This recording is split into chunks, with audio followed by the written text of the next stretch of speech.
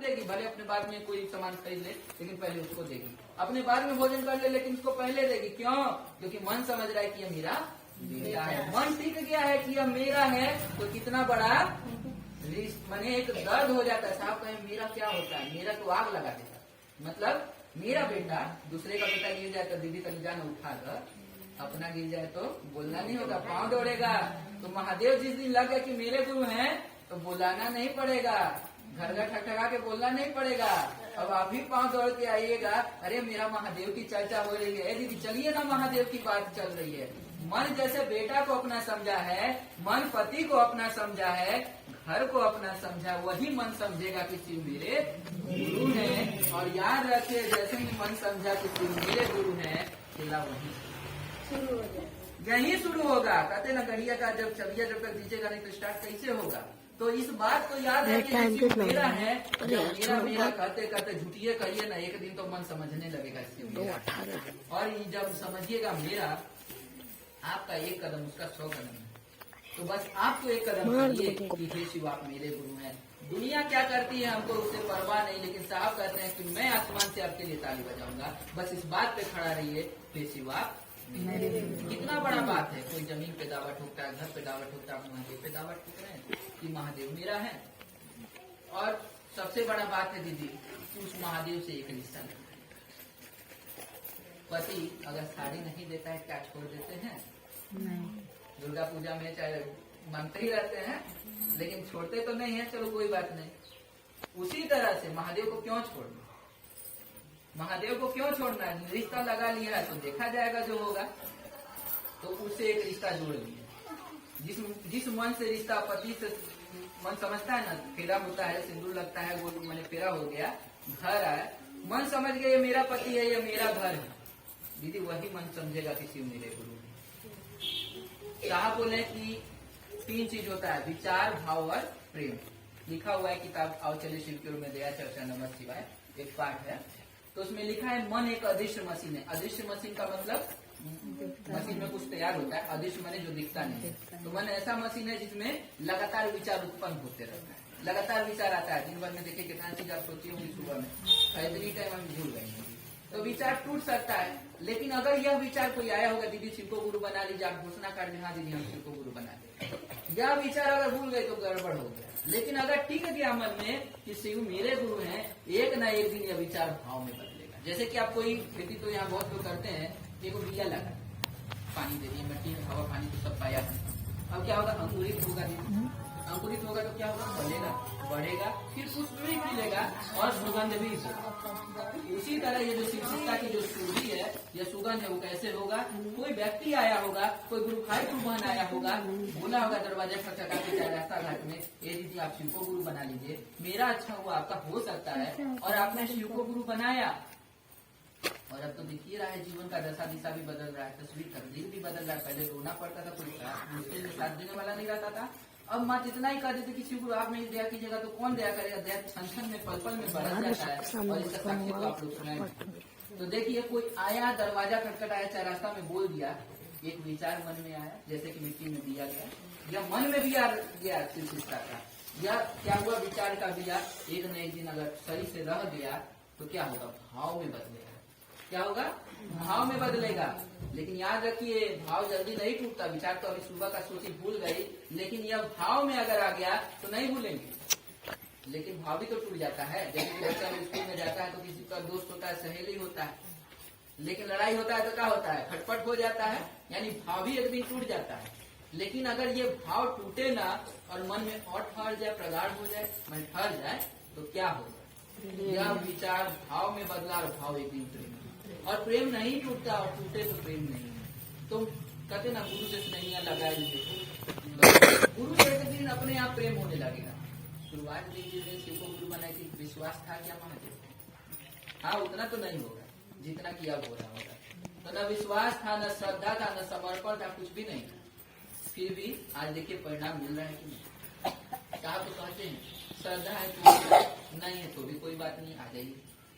विश्वास है तो भी और नहीं है तो भी कोई बात नहीं।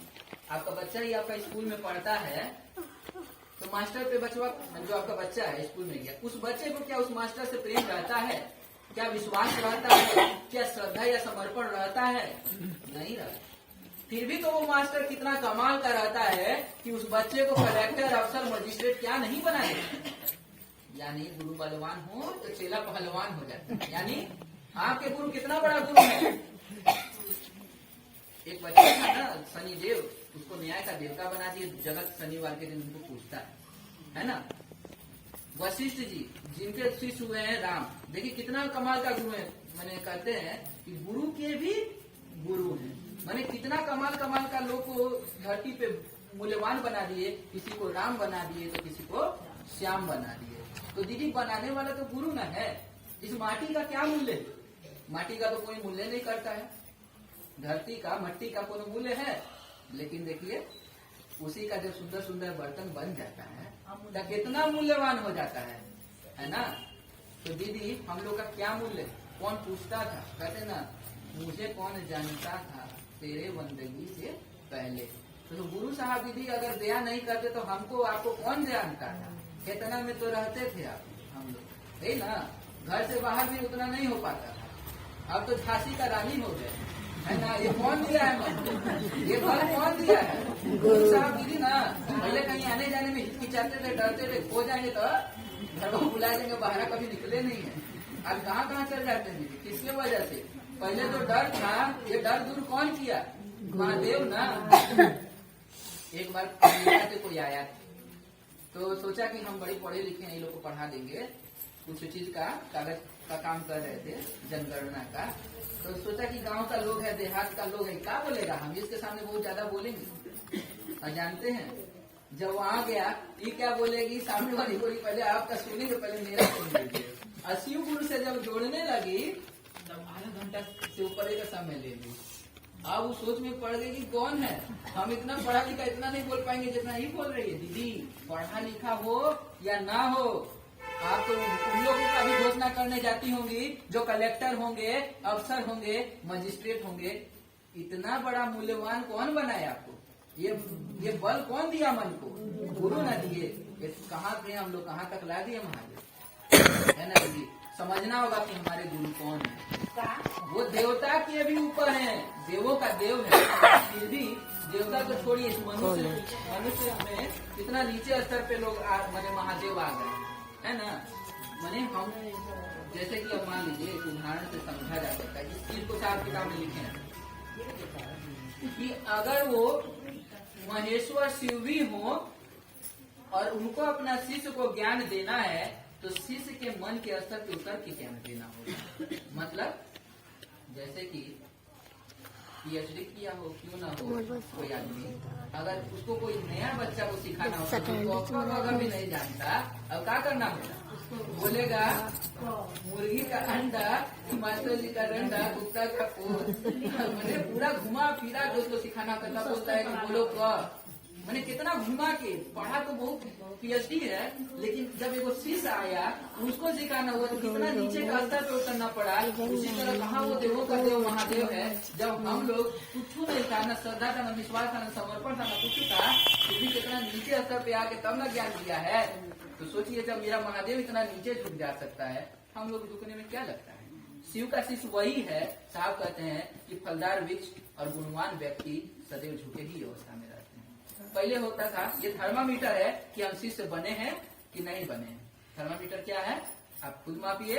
पहले मन का झुकाव कितना था और अब कितना है। पहले कोई दो बोल देता, हम 10 बोला होता था, अब थोड़ा बोलने तो मेरा महादेव है ना, समझ जाएगा। अब ये झुकाव कहाँ से आया? गुरु से। कहते हैं गुरु से आया ज्ञान जीवन जीने का कला सिखलाता है। ये दीदी पहले तो कुछ आता नहीं, कुछ समझने में भी नहीं आता था। कहीं जाते थे तो कैसे जाएंगे, ये मन में एगो हलचल रहता था। लेकिन ये जीने का कला कौन सिखलाया? गुरु से। और पहले बात कि अभी तो यहाँ का स्थिति क्या है माफ कीजिएगा, मैं नहीं जानता, लेकिन मैंने बचपन में देखा है कि और ये साहब का भी है कि एक ही घर में 5-5 पीढ़ी का लोग एक जगह रहता था। वो प्रेम था, वो भाव था। लेकिन अब है, अब 1-1 इंच में भैया मार हो जाएगा। लेकिन अभी कैसे एक साथ बैठे इतना लोग? ये प्रेम कहाँ से आया? पहले तो जात पात भेदभाव आडम्बर कितना ज्यादा था, अब कहाँ गया?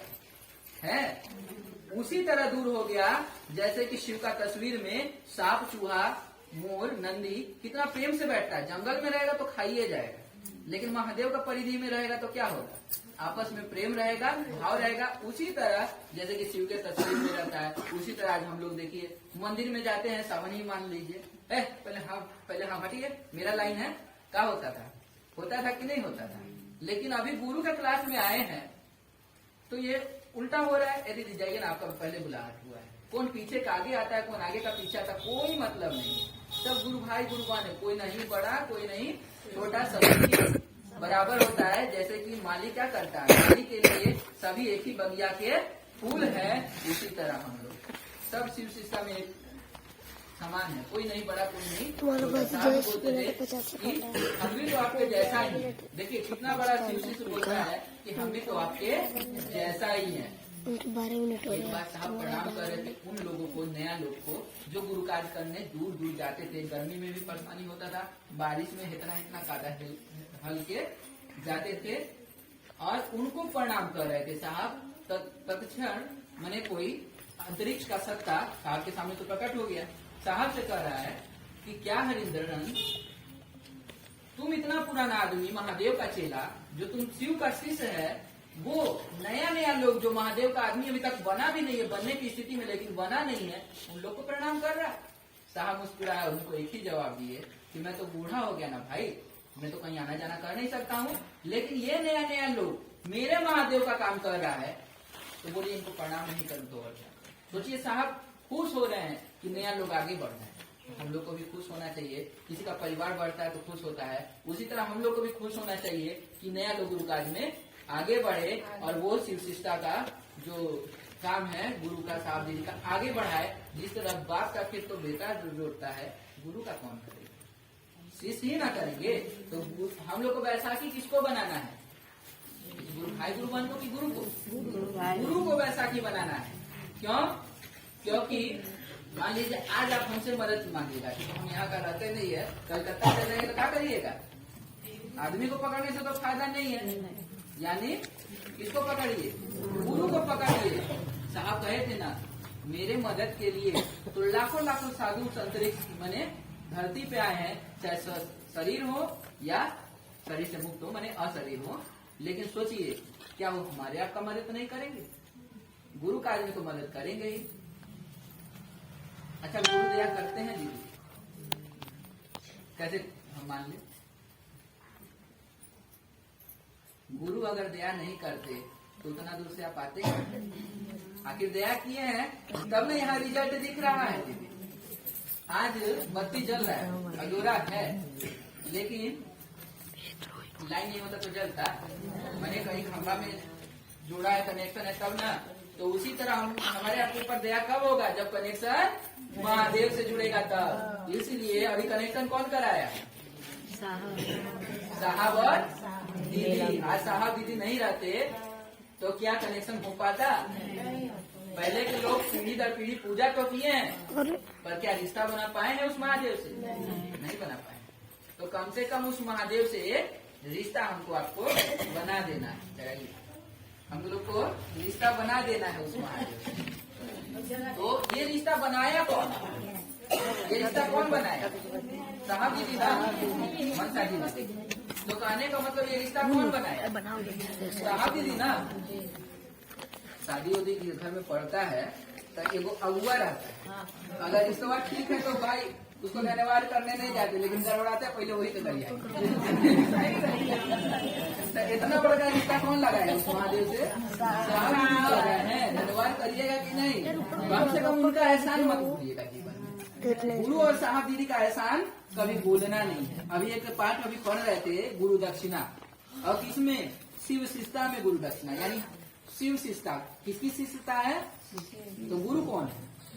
शिव गुरु है, बाकी सब क्या है? शिष्य है।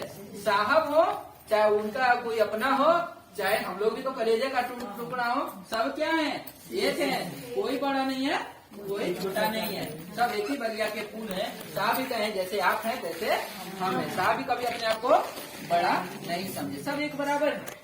हो सकता है किसी को आ रहा है बोलना, भैया नहीं आता कोई बात नहीं, लेकिन है समान। कल आप बोलिएगा, अभी जाइएगा तो महादेव के लिए दहाड़िएगा कि भैया हम तो गुरु बनाए, आप बनाइए।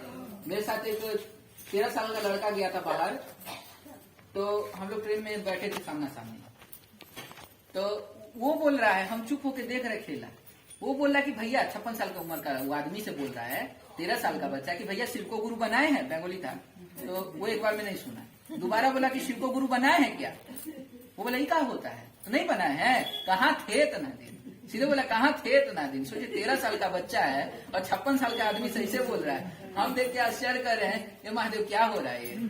सोचिए माने आज का बच्चा क्योंकि उसके रगों में शिव धड़क रहे हैं, क्योंकि जब अभिमन्यु जन्म नहीं लिया था तो भी 7 चक्र कैसे तोड़ना है उसका ज्ञान वो ले सकता है, और बड़ा होके तोड़ रहा था। भले 7वां चक्र में वो नहीं तोड़ पाया, लेकिन जितना सुना उतना तोड़ा। उसी तरह आज का बच्चा तो जन्मजात शिव से। अभी मैंने सुना कि कुछ गुरुवान कह रही थी कि मेरा परिवार नहीं समझ रहा है, क्या बच्चा नहीं समझ में आ रहा है, इसका कहाँ गड़बड़ी है। साहब कहे थे ये दीदी दया का मोटरिया बांध ली है और गली गली घर घर में छिटी है, तका किए थे साड़ी है तो अचरा में तनी बांध लिए, हम लोग का नहीं है तो हम लोग क्या करेंगे रुमालिये में न बांधना पड़ेगा हम लोग रुमालिये में न बांधेंगे। तो एक बार क्या हुआ, एक गुरु बहना से गुरु भाई पूछे ये दीदी क्या कर रही हैं, तो दया का मोटरिया बांध रहे हैं, तो कपार कर रहे, तो बोले ये दीदी आपका तो साड़ी है तो आप कर लिए हैं, हम क्या करें, हम तो रुमालिये में करना पड़ेगा। तब जाके भैया समझाए कि देखिए साहब ने कहा था, जैसे कि आप गुरु कार्य में जाते, जैसे कि अभी आए हैं, तो दया का मोटरिया कहाँ बांधना था, मन में ना, और इस जो बात सुन के आई है उसको ना घर में छीटना है। तो हम लोग क्या कर रहे हैं, अचले में कर रहे हैं, समझने का दीदी खेला हो गया। जैसे कि एक बार नेपाल में साहब गए थे, तो बिहार से नेपाल में ठंडा पड़ता है, पर्वत है, ठंडा है उधर, तो बिहार के लोग गए थे जब वहाँ पे, तो साहब एक ही बात कहे कि अरे तुम लोग आया है ठंडा से कांप रहा है, कपड़ा तो पहना नहीं, समझा नहीं कि नेपाल में ठंडा पड़ेगा। वो आ गया साहब का नाम से, जब देखा तो इधर कांप रहा है, साहब बोले कि स्वेटर उटर पहन के चर्चा में नहीं आना था। अब जब बिहार गया तो स्वेटर पहन के चर्चा करे, जबकि गर्मी था उधर, तो नेपाल के लिए बोले थे, बिहार के लिए तो बोले नहीं थे। समझने का खेला था दीदी, समझने का खेला था। तो उसी तरह से साहब ने कहा कि दया का मोटरिया बांध लीजिएगा, तो अब लोग मैंने कई लोग अचरा में बांध लिए और खोल दिए। ए दीदी क्या हो रहा है, इससे नहीं होगा। जो आप सुने हैं गुरु बात उसको मन में उतारिए और उसको घर घर में बताइए। ए दीदी आज चर्चा में गए थे ना, तो अच्छा क्या क्या सुने उसको सुनाइए। देखिए 2 बात होता है, एगो तो इधर का उधर, उधर का इधर। पहले दोपहर में बहुत गड़बड़ होता था पहले इधर का उधर, उधर का इधर हो रहा था, तो घर परिवार का बोलता है कि क्या करने जाता है, लेकिन अब तो समझेगा ना कि कुछ अच्छा चीज लेके आ रहा है। पहले गड़बड़ लेके आता था, अब तो अच्छा काम कर रहा है। वो भी बोलेगा चलो हम शाम का चाय खुद बना लेंगे, तुम पहले चर्चा में जाए। यानी अब घर का लोग भी समझेगा, मानसिकता इसका बदल रहा है, कुछ अच्छा चीज ला रही है। बच्चा लोग को जब लोरी सुनाती है, अब महादेव का ही बात सुना दीजिए, आज गए थे ना तो ये सुनने हैं, देखिएगा उसका भी वाणी व्यवहार आचरण में परिवर्तन होगा। क्यों? क्योंकि जिसके घर में शिव का नाम होता है, शिव का मतलब होता है कल्याणकारी, उसके घर में कल्याण होता है। इसलिए जो बात गुरु का सुनिए उसको घर में जाके जरूर करिएगा। और शिव का शिष्य कैसा होता है, साधु के जैसा। अभी बोले ना सभी गुरु भाई गुरु बहन को साधुवाद, साधुवाद का मतलब स्वभाव साधु की तरह होगा। और साधु का स्वभाव कैसा होता है, सुपा जैसा, अच्छा रखता है और बुरा फटकार देता है। तो हम लोग भी भले इधर उधर का छोड़ दीजिए, महादेव का जो बात सुने हैं उसको घर में ले जाएंगे, वो बात करेंगे, और देखिएगा घर का लोग भी बोलेगा कि कितना अच्छा लग रहा है बात, थोड़ा हमको भी सुनाओ। एक साहब का ही चर्चा हम सुन रहे थे, साहब कह रहे थे, ज्यादा नहीं ना हो रहा साहब कह रहे थे कि साहब का एगो दोस्त था वकील।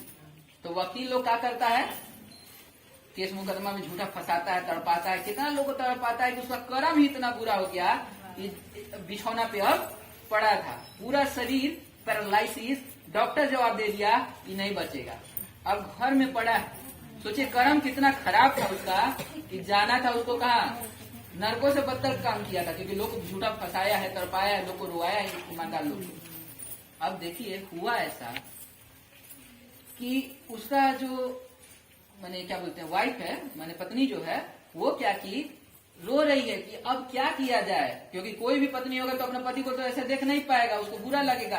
तो वो क्या करती थी, शिव का पाठ जो रहता था वो करती थी, और वो तो बेचारा बिस्तर पे पड़ा हुआ है, न उठ पा रहा है न बोल पा रहा है। कान में जब जा रहा है उसको अच्छा नहीं लगता है, क्योंकि जो गलत काम करता है उसको अच्छा बात अच्छा लगेगा क्या?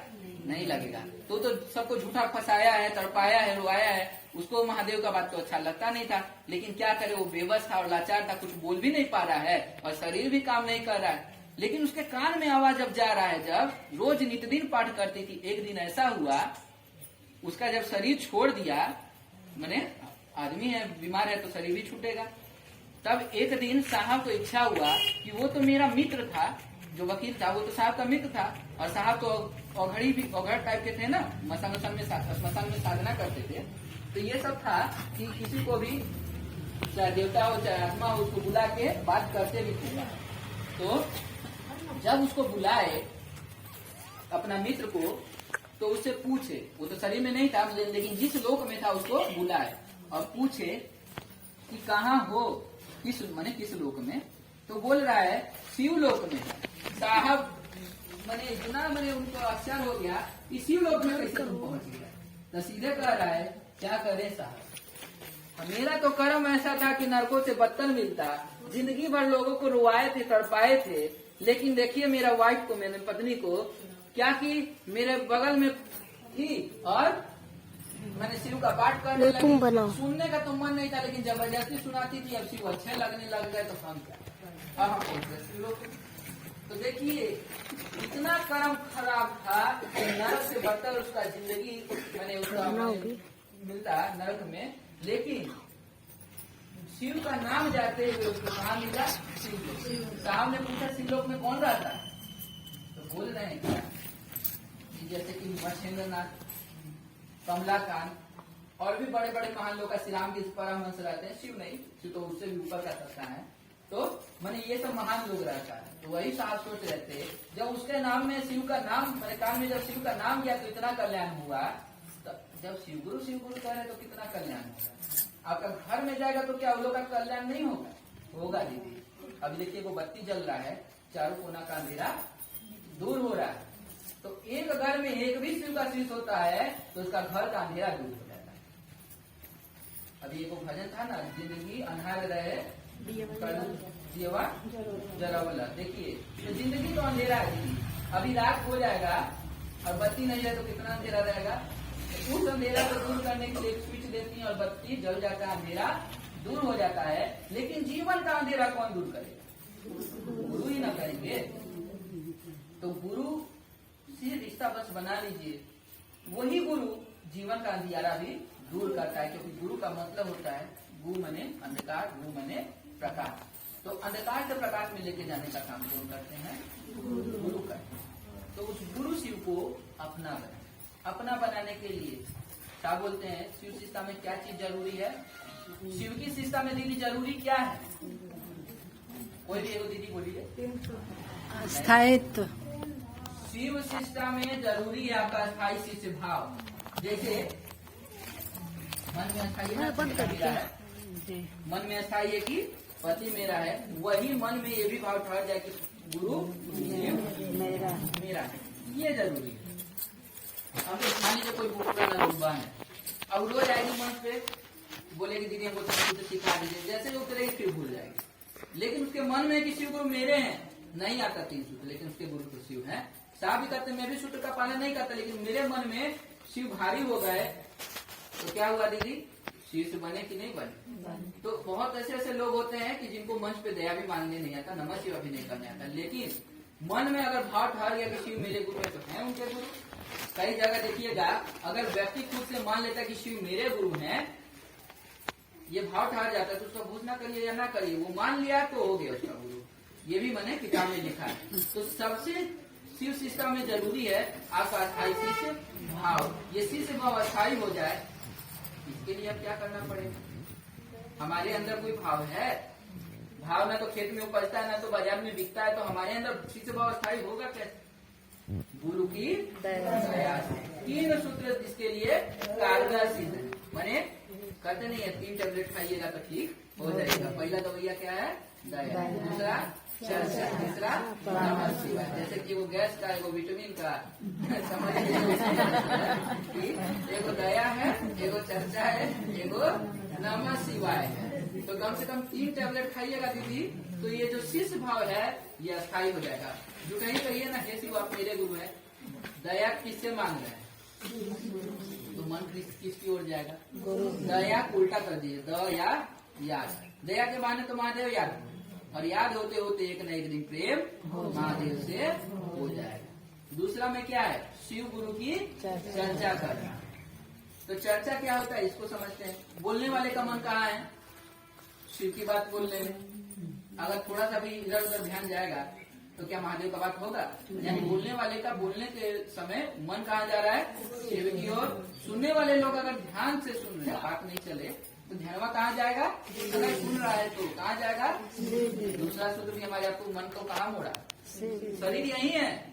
आप घर में बर्तन मार रही है, घर जा रही है, रास्ता चल रही है, चाहे कपड़ा पीछे जो भी काम कर रही है तो धरती पे, लेकिन मन कहाँ जा रहा है। जैसे कि आप घर में है, बर्तन मार रही है, मान के चलिए, चाहे कोई काम कर रही है। आपका बच्चा स्कूल में है, बच्चा से कितना नहीं है, वो कहाँ स्कूल में 1 किलोमीटर है, लेकिन मन में याद आ रहा है, जो बर्तन मजा रहा है उधर याद हो रहा है, मेरा बच्चा का अभी टिफिन हो रहा होगा, चाहे अंग्रेजी का क्लास चल रहा होगा। शरीर यहाँ है, मन वहाँ जा रहा है, तो क्या इस शरीर यहाँ रह के मन शिव की ओर नहीं जा सकता है। इसके लिए 3 सूत्र दिया गया है, 3 टैबलेट दिया गया। पहला में दया, दया का उल्टा हुआ याद। याद होते होते उस महादेव से एक न एक दिन प्रेम हो जाएगा, क्योंकि दया किससे मांग रहे हैं, उस महादेव से। याद महादेव आते आते एक न एक दिन महादेव से प्रेम होगा। कैसे, आप किसी बार फोन करिए, बात करिए, चाहे गुरु कार्य में एक साथ आते हैं, देखिएगा वो भाव हो जाता है, भाव होते होते एक न एक दिन प्रेम हो जाता है। तो क्या वो महादेव से नहीं हो सकता है, हो सकता है। इसके लिए पहला सूत्र में दया है।